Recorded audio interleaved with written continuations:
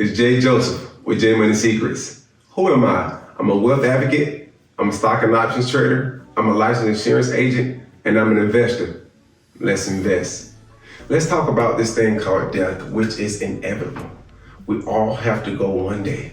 But when we go, what will people say about you? What will you leave behind? Unfortunately, in my community, a lot of us leave behind this thing called debts or these things called liabilities, right? It normally costs the people that are to come behind us. But I heard and I read a good man leaves an inheritance to his children's children. That goes for women as well, right? So think about this. What are you going to leave behind for your loved ones?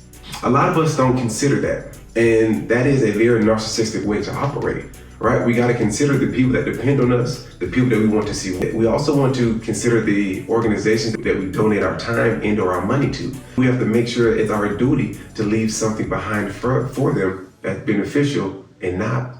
One thing I'm going to leave behind to my son is what? The rules to go. That's the number one thing that you can leave behind. Not only just leaving him money, but teaching him what to do with this money. The next thing I have to leave him behind is substance, which can be money or other assets. That's what we call an inheritance. The most cost-efficient way to leave behind an inheritance is through these things called insurance policies, right? Whether it be whole life or term, that's to be debatable. Everybody's situation is different. I have a favorite. I know what I use for me. I actually have both. But in my particular plan, I understand why I have both. Leave an inheritance, right? Because if I'm married, or if I have a significant other, or if I have kids or kids, what are they gonna do when they no longer have my income? What about the organizations that I donate and contribute to, and they no longer have my contributions? I wanna be able to leave something behind for my legacy and also support those that supported, that depended upon me. And the best way I can transfer that risk, because we can't get rid of that risk, but we can transfer that risk and we transfer it to an insurance company. Insurance company takes your premiums as payments on a monthly, annually, semi-annually, or even a quarterly basis and pays a lump sum out to whoever you designate.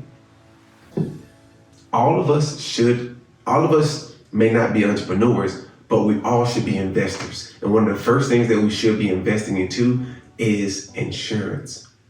Insurance not only can leave you death benefits, it can protect your money from creditors. It also can actually build cash value that earns a rate of return. Normally that's bigger than what you're getting in your checking or savings account, and it has flexibility.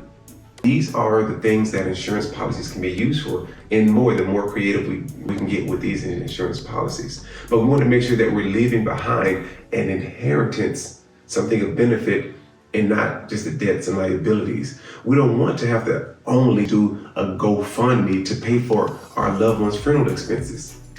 That takes time, can be a little embarrassing, but it shows how we're unprepared for what's to come. And you're hearing this message now, so you have the opportunity to be prepared.